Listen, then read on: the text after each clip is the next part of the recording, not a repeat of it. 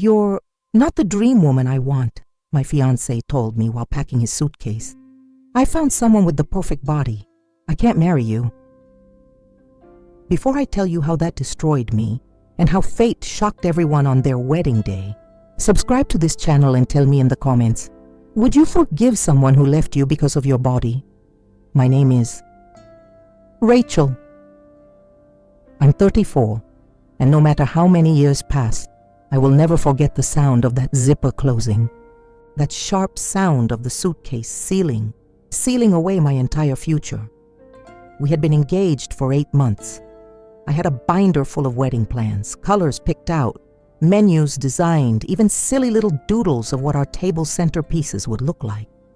My heart was bursting with anticipation.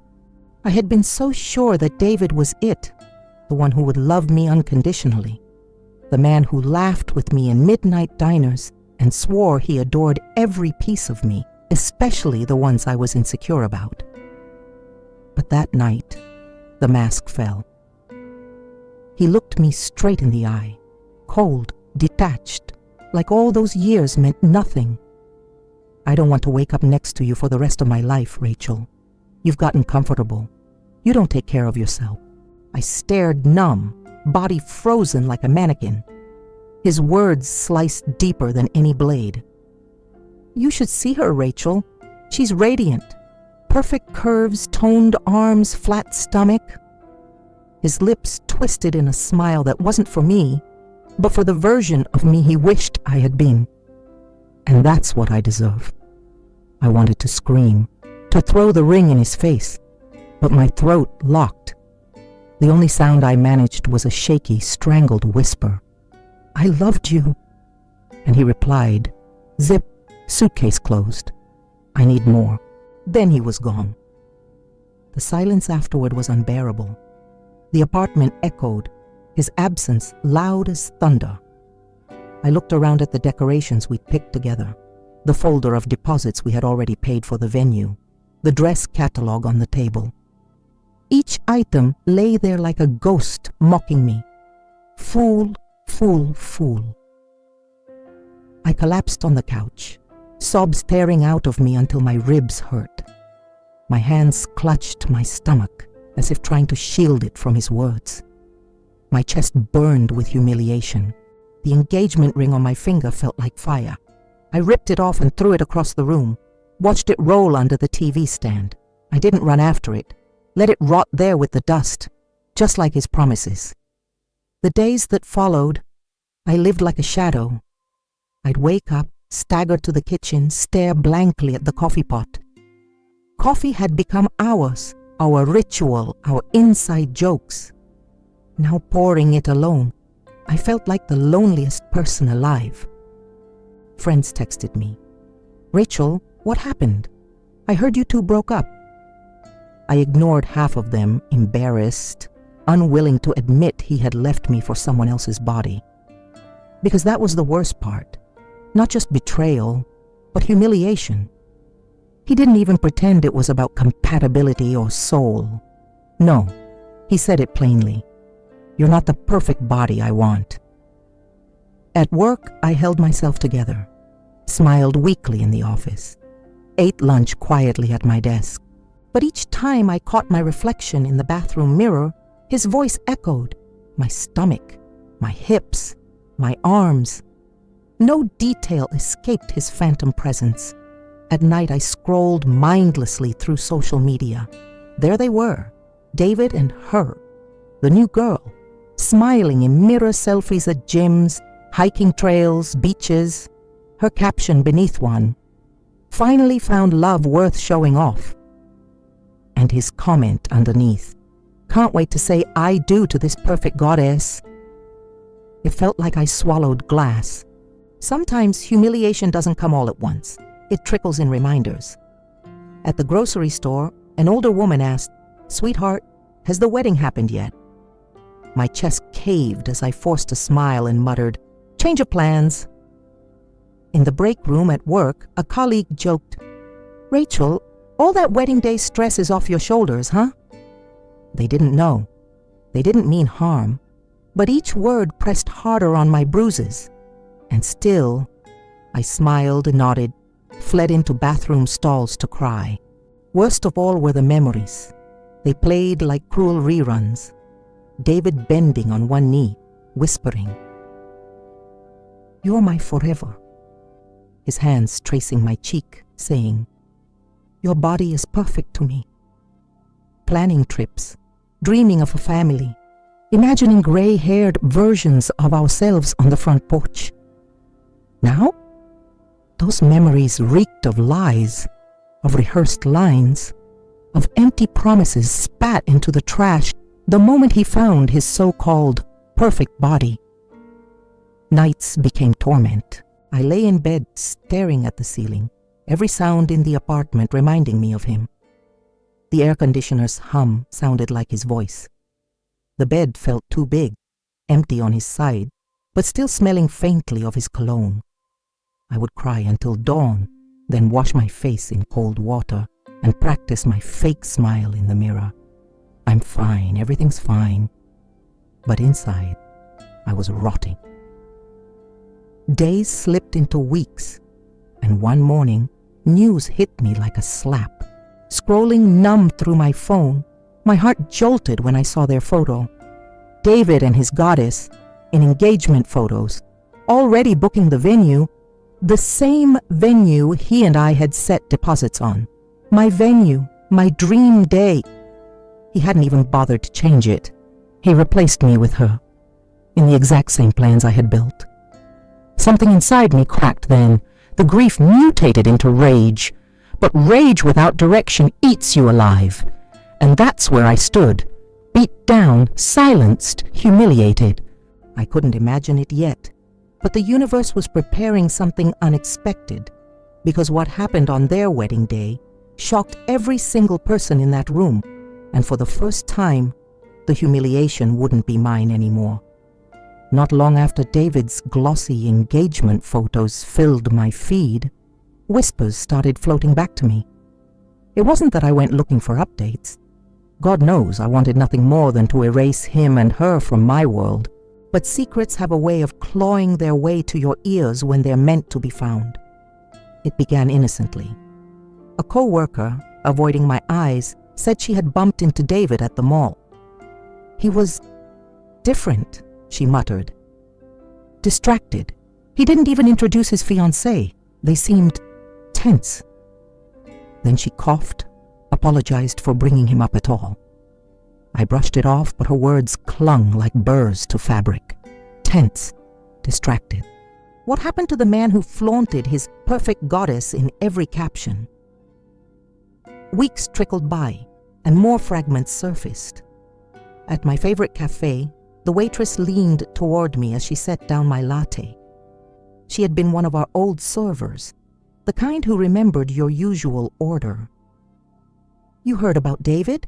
she whispered conspiratorially. I shook my head warily. Her eyes widened. He was here last week with her. And Rachel, they argued so loud people were staring. She stormed out. I managed a polite, thin smile.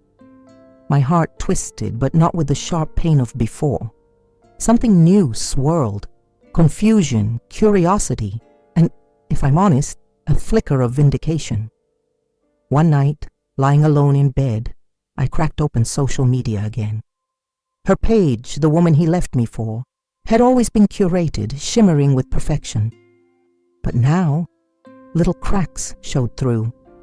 Captions that once read, "Can't wait to spend forever with you," were replaced with vague, moody quotes. "Not everything is as it seems." And, "Trust is earned, not demanded." My eyebrows furrowed. Then came a photo of just her, no David beside her.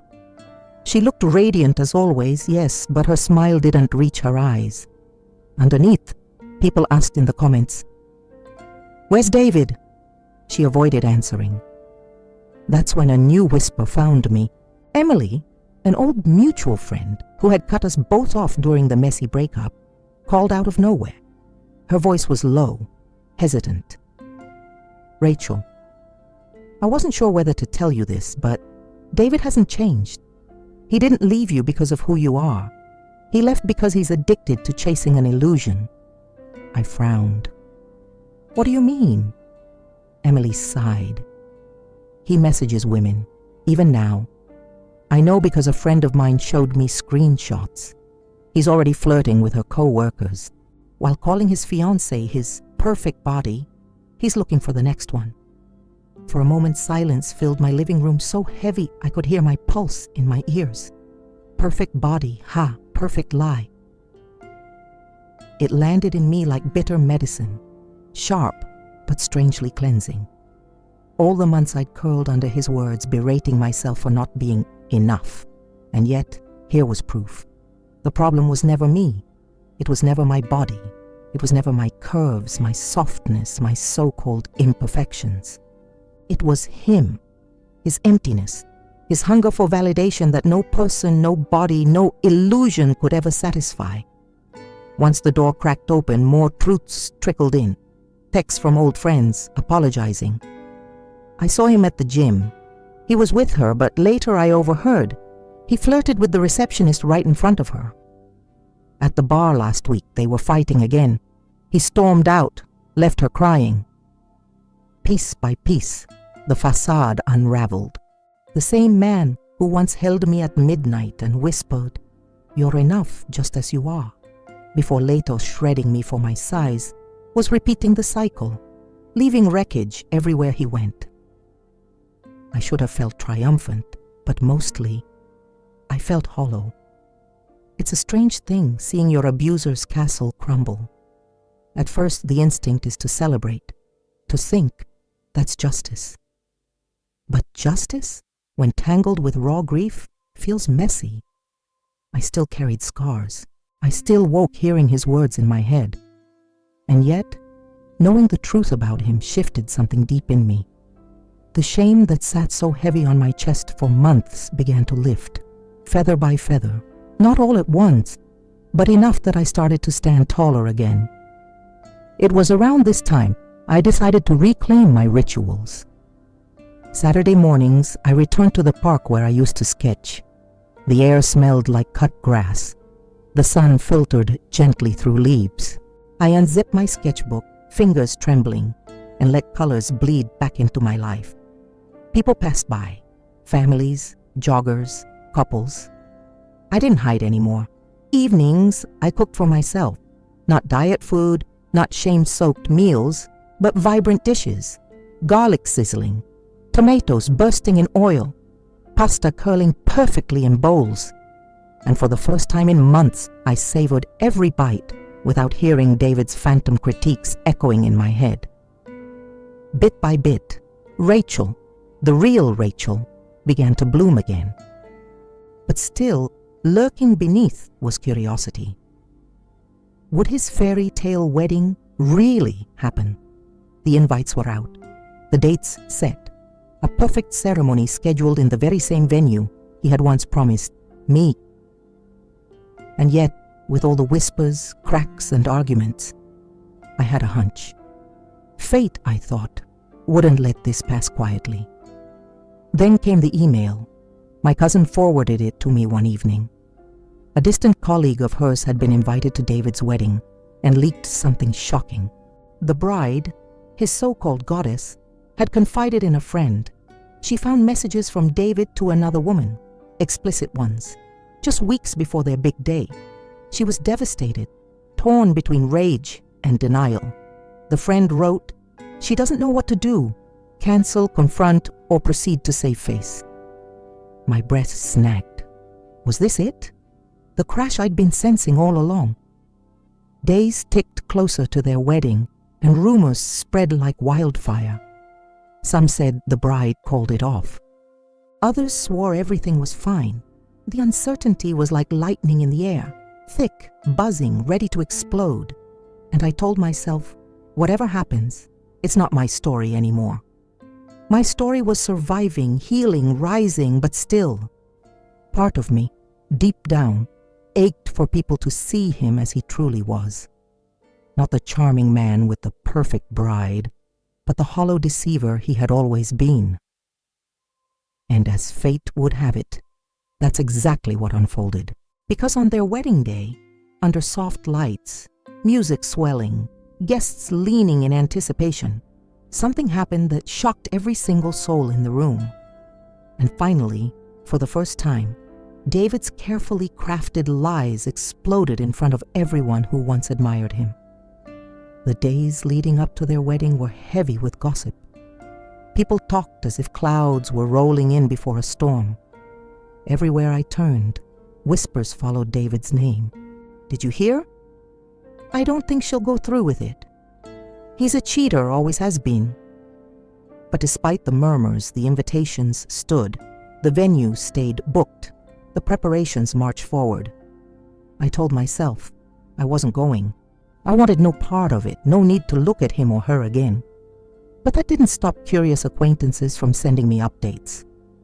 A photo of their rehearsal dinner leaked on social media. There he was, David, grinning smugly, tuxedo fitted, his perfect goddess at his side. Yet something in her eyes told the real story. Her smile was strained, sharp at the edges, her posture stiff, almost like she knew she was posing for a painting about to be burned. I remember one night, I sat by my window, the city buzzing faintly below, and I asked myself aloud, why do I even care anymore? But my chest knew the answer, because deep down, I wanted vindication. For months, I carried the humiliation of being not the perfect body. For months, I lived in shame, curled into myself, hiding from the world. And while I'd grown stronger, sketches, cooking, laughter returning, I still bore scars. The thought of everyone else seeing him as he truly was, of the audience that once judged me now turning their gaze on him, felt like a fire sparking inside my ribs. The morning of their wedding arrived. I woke to the sound of rain tapping against my window.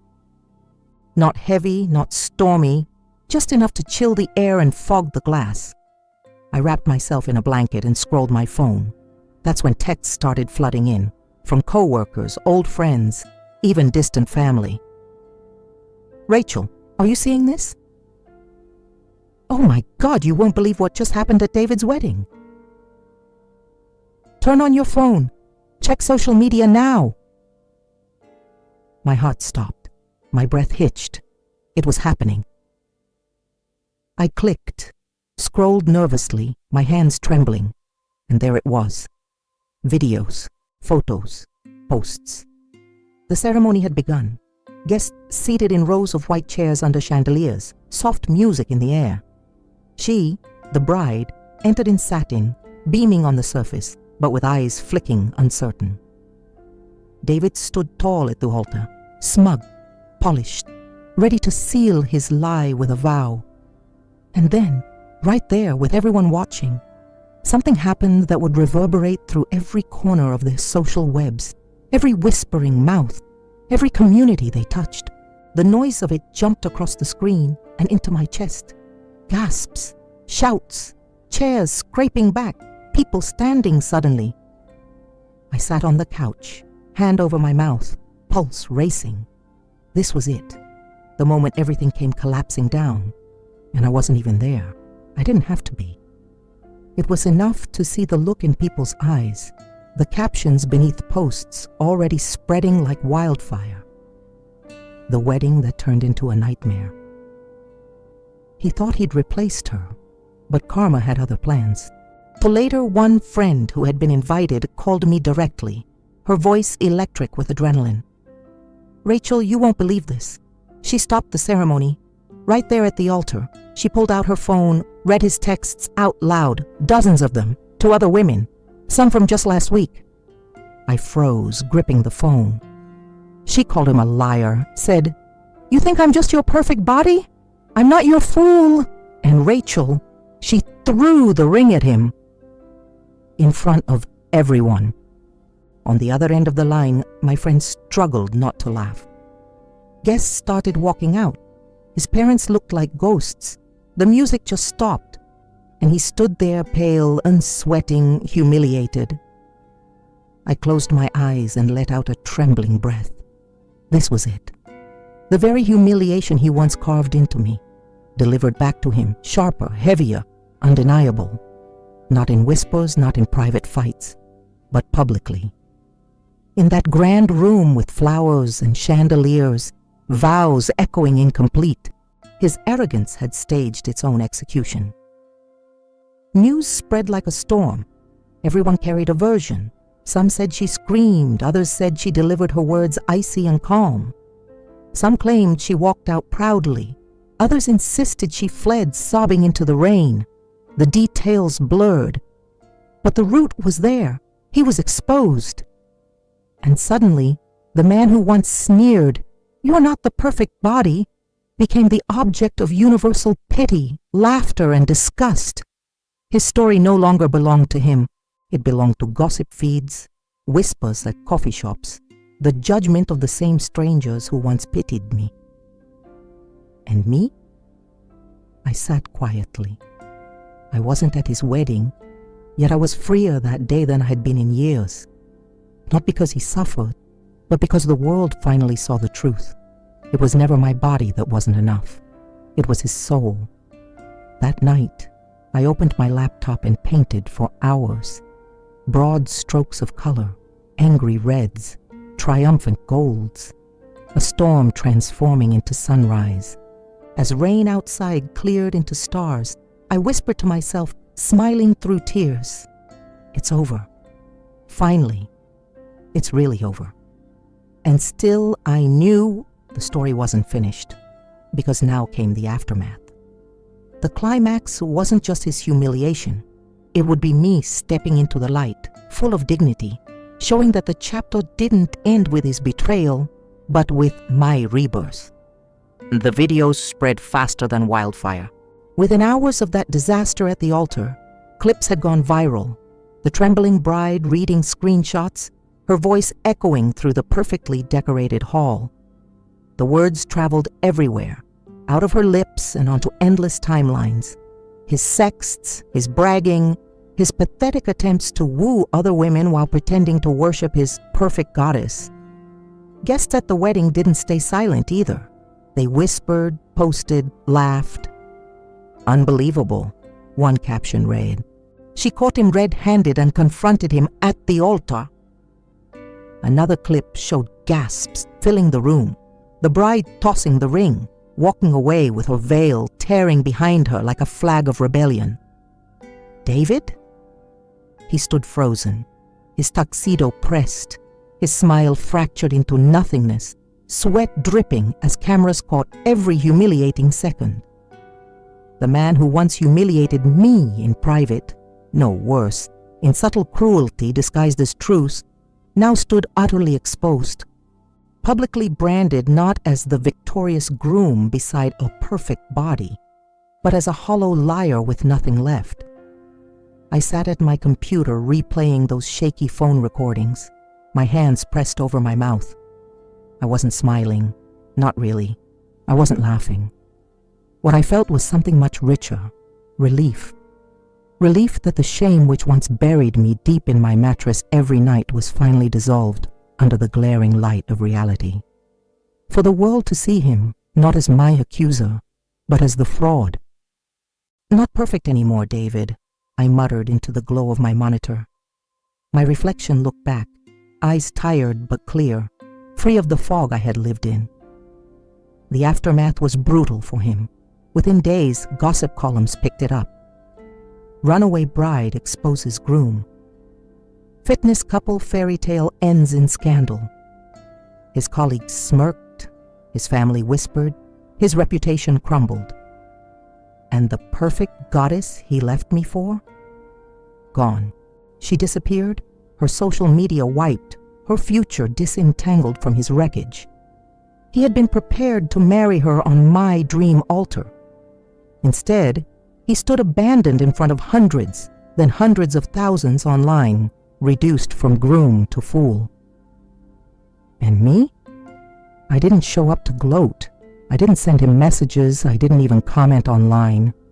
My revenge wasn't in words. It was in my silence. Because finally, the script flipped. He wasn't relevant to my healing anymore. He sought a perfect body. He destroyed himself finding out perfection is an illusion. What I had craved wasn't revenge. It was justice. And justice comes not when they suffer, but when you remember you never deserved their cruelty. In the weeks that followed his collapse, friends started coming back into my life, voices softer, gentler. They admitted, "Rachel, you were never the problem. I don't know how you survived what he put you through. You're stronger than anyone realizes." And for the first time, instead of shrinking from their words, I accepted them. Because they were right. I was strong, not just for leaving, but for enduring the storm and finding myself again without needing him or his validation. The greatest triumph wasn't that his wedding shattered. It was that my wedding to myself, to my dignity, to my authentic self-worth, finally began. I went back to sketching and hung my first painting in my living room. A storm breaking into sunrise. My storm, my sunrise. I cooked full meals, lit candles, poured wine for myself, smiled at my reflection without apology. Every time I glimpsed my body in the mirror, instead of hearing his cruel voice, I repeated my own. This is me, and I am enough. And now when I think of David, I feel nothing. He's just a cautionary tale, not a wound. His humiliation is the closing scene of a story I no longer star in. My story now is about dignity, joy, and freedom. So here's the truth I want you to remember. When someone leaves you for a perfect body, it says nothing about you. It only reveals how empty they are. And sometimes, the karma you never dare dream of will arrive right on their wedding day. Because perfection, built on lies, can never last. So tell me, if you were left by someone chasing the illusion of a perfect body and their wedding collapsed in front of everyone, would you take them back if they crawled to your door, or would you close it forever? Comment below with your answer, and don't miss the next story. The betrayal there makes David's scandal look like a rehearsal.